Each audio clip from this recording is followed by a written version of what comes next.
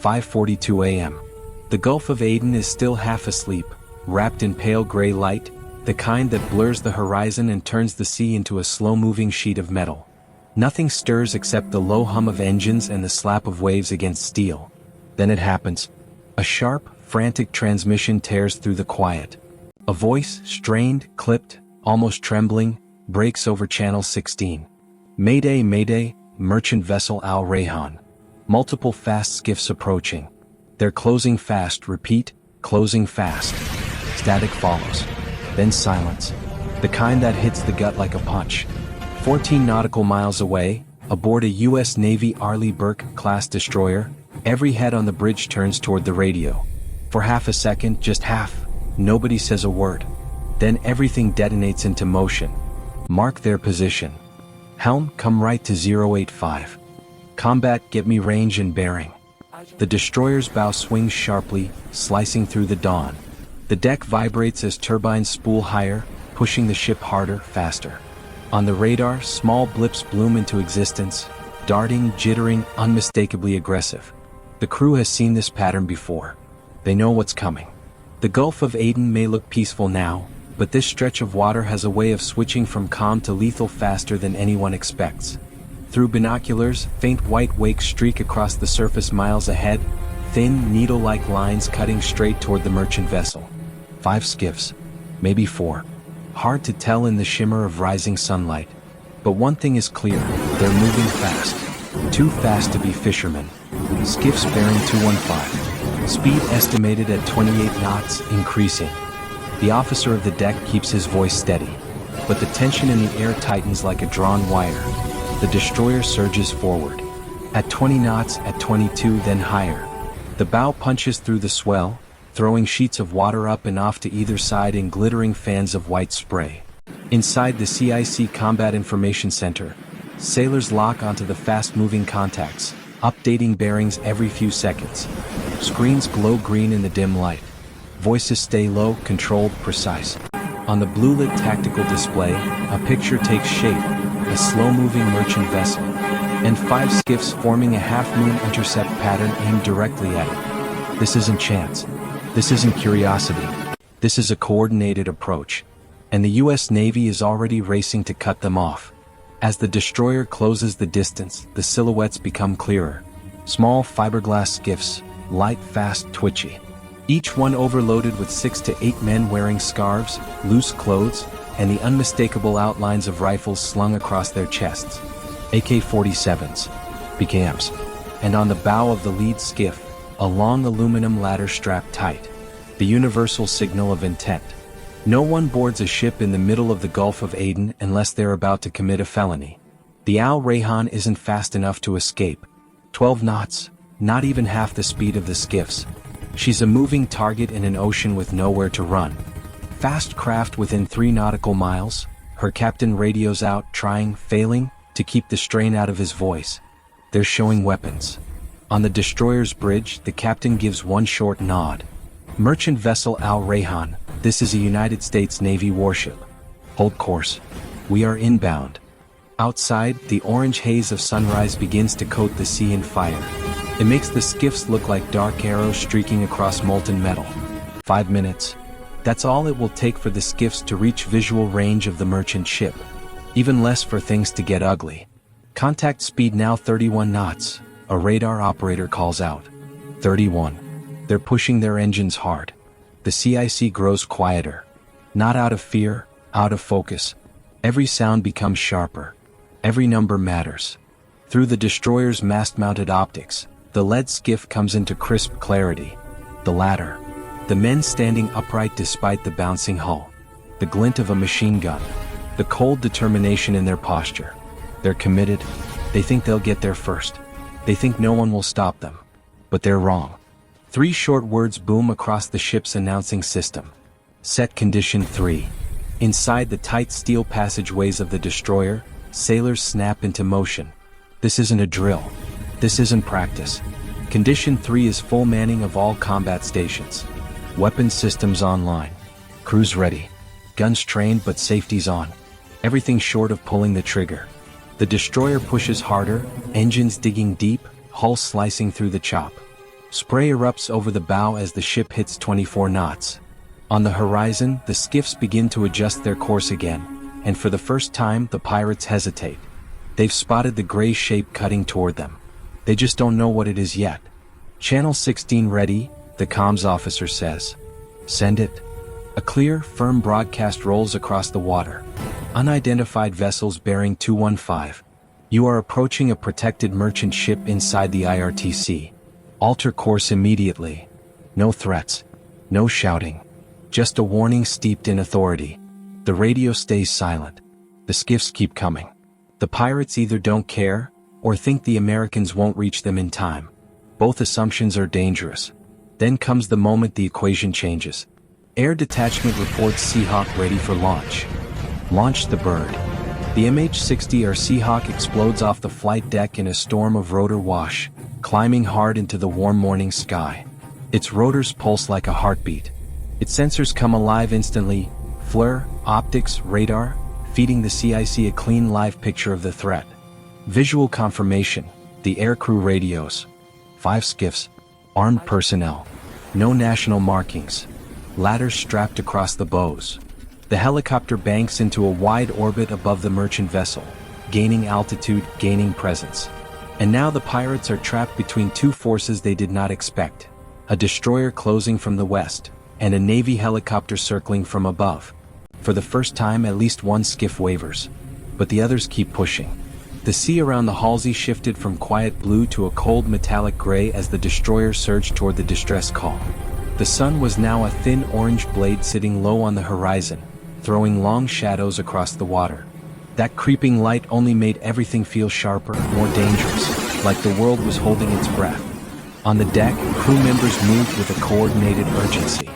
Boots slammed against steel. Radios cracked with clipped, focused orders. Every sailor wore the same expression, a hard, disciplined calm masking the adrenaline starting to pump. Inside Combat Information Center, the screens lit up with new contacts. 8 skiffs. 6 moving fast. 2 hovering behind like command boats. None responded to hails. None altered course. Worse, several of them had objects glinting under tarps. They knew exactly what that meant. Bridge, CIC, contacts show erratic wake patterns. They're not fishermen. They're running attack lines. A silence, cold and heavy, settled over the room for half a second. Then came the response. Copy. Weapons free for deterrence only. Keep escalation tight.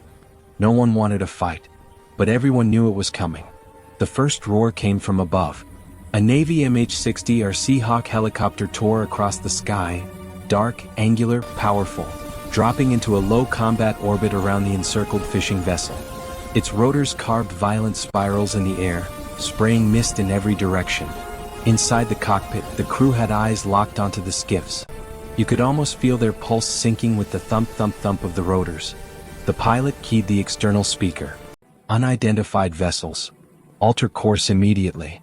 You are approaching a protected ship. No reaction. Not even a flicker. The skiffs kept coming, faster, tighter, almost predatory in their movement. You could see men on board now, wrapped in scarves and soaked clothing, gripping what looked unmistakably like small arms beneath blankets. The air felt like it dropped 10 degrees. The Seahawk's door gunner swung his M240 toward the nearest skiff, the barrel glinting in the early light. His finger stayed steady, resting, not squeezing. But the message was clear. Back off, or this gets loud. Moments later, the situation exploded. The first skiff lunged toward the fishing vessel, engine screaming, hull bouncing across the waves. It closed the distance so quickly that the crew aboard the fishing boat barely had time to react. They scrambled to the opposite rail, shouting, waving, desperate. The Seahawk dove, rotors slicing the air. But the skiff didn't slow, didn't turn, didn't hesitate. They were committed. The door gunner fired a warning burst, sending bright tracers cracking across the bow of the skiff, ripping the surface of the water into white foam. Still, no reaction. The skiff pushed harder, engine groaning at full throttle, closing in like a wolf making its final charge. Only then, only in the last seconds, did it veer off. Not away, but around. Toward the destroyer. Toward Halsey. This wasn't a random attack anymore. This was a probe. A test. A deliberate attempt to see how far they could push the United States Navy. Inside the CIC, alarms blared. Fast mover, bearing 270, closing at 40 knots. The tension snapped into something sharper. Something real. The captain didn't raise his voice. He didn't need to. Deploy RHIB. Put the drone up. Set condition 1 Bravo. The ship shifted from alert to war footing. Sailors raced toward the launch rail, unlocking clamps and guiding the compact reconnaissance drone into position. The electric whine of its motor wound up, growing higher, tighter, until it finally leapt skyward like a silver dart. The feed stabilized instantly, clean, crystal clear, almost unreal. From above, the picture was far worse. 12 skiffs now. 2 heavily loaded.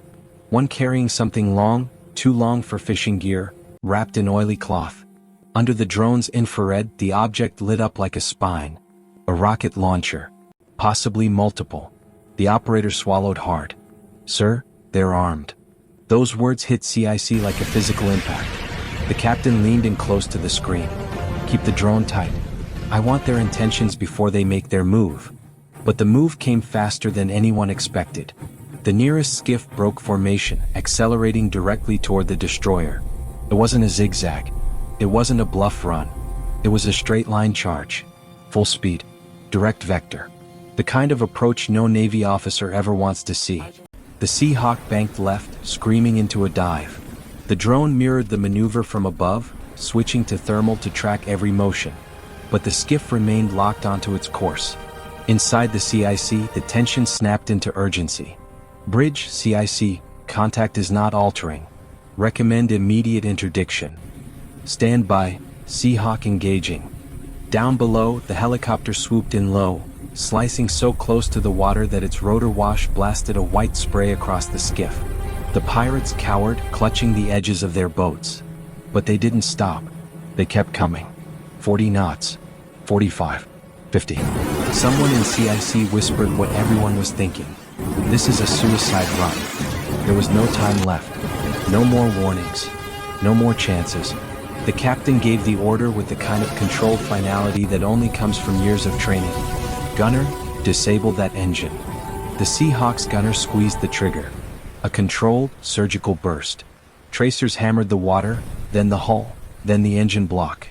The skiff jerked violently sideways as smoke erupted from its stern.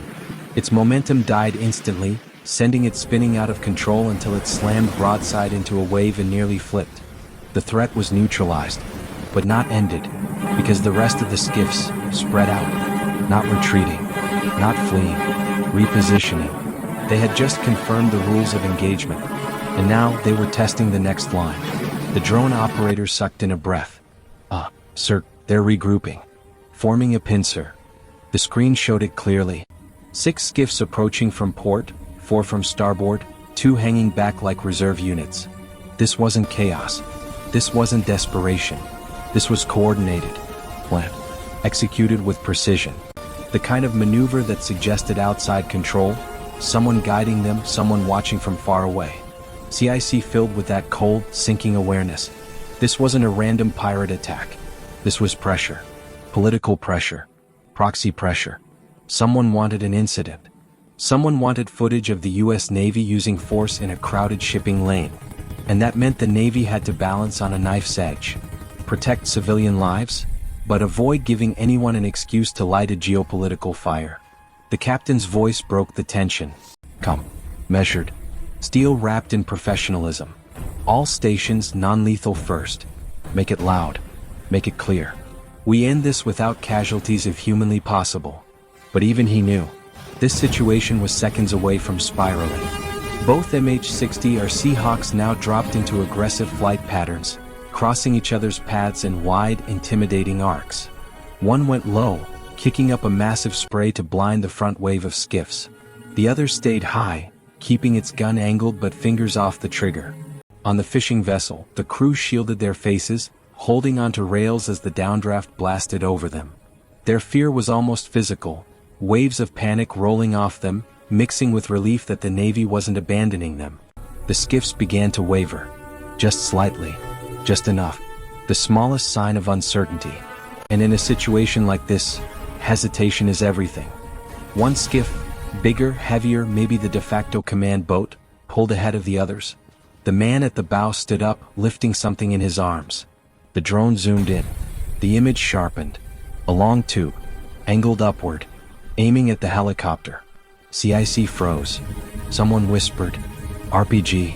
And just like that, the situation crossed the line. The Seahawk flared hard, banking away in a violent roll. Below, the deck of the Halsey erupted into motion. Incoming threat. Incoming threat. Condition 1, go. Go. Go. Sailors sprinted to stations. Gunners swung weapons toward the target. The ship's close-in weapon system rotated, locking onto the skiff with terrifying precision. For a moment, just a moment, time felt like it stopped. The man on the skiff steadied his weapon. The helicopter turned sharply. The destroyer readied to fire. It was the exact second where history could split in two. And then, the man hesitated. Just a flicker. A heartbeat. A sliver of doubt. Maybe the downdraft threw him off balance. Maybe the sight of the destroyer's guns locked onto him shattered his nerve. Maybe he wasn't prepared to die that morning. Whatever the reason, he lowered the launcher. Slowly, uncertainly, but unmistakably. The threat broke, and the entire ocean exhaled. As the morning calm settles over the Gulf of Aden, the skiffs vanish into the haze. The Al Rayhan resumes its course, its crew catching their breath, the horizon once again quiet. And here's the truth, the hardest victories are the ones you don't fire a shot for. If you enjoyed this close call at sea, make sure to like, subscribe, and hit the bell so you won't miss our next real-world naval operation. Share your thoughts below. What would you have done if you were on that bridge? Stay with us because out here, every mission tells a story and every decision carries weight.